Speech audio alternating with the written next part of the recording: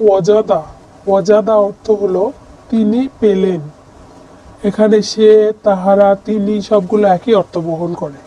তাহলে আমরা সিগাই বুঝবো সে, তাহারা, তিনি এগুলো থাকলে বুঝবো যে ওয়াহেদ মুজাক্কার গয়েবের সিগা। বাহাস, ওয়াজাদা আমরা কি পড়ছিলাম মাজির সিগার ক্ষেত্রে জবর, আলিফ, লাম আলিফ এগুলো যদি শব্দের শেষে থাকে, যে 14টা চিহ্নটা পড়িয়েছিলাম তার মধ্যে একটা হলো জবর, শব্দের শেষে জবর থাকে আর 3 অক্ষর বিশিষ্ট।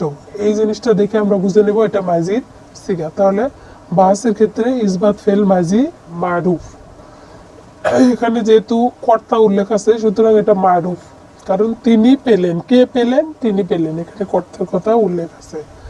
বাপ, তাহলে আমরা যদি মূল শব্দের দিকে যাই, ওয়াজাদা ইউজিদু, জরাবা ইয়াজরিবু, ওয়াজাদা জরাবা, ইউজিদু ইয়াজরিবু, তাহলে বাব হচ্ছে বাবে জরাবা।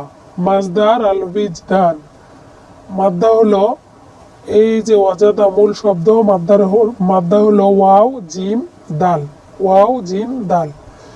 জিন্স হচ্ছে প্রথমে যদি ওয়াও থাকে তাহলে মিসাল, মাঝখানে ওয়াও থাকলে আজওয়াফ, শেষে ওয়াও থাকলে নাকিস। মিসালে ওয়াওই, আজওয়াফে ওয়াওই, নাকিসে ওয়াওই। যেহেতু প্রথমে ওয়াও আছে সুতরাং জিন্স হবে মিসালে ওয়াওই। তাহলে ওয়াজাদার জিন্স হলো মিসালে ওয়াওই।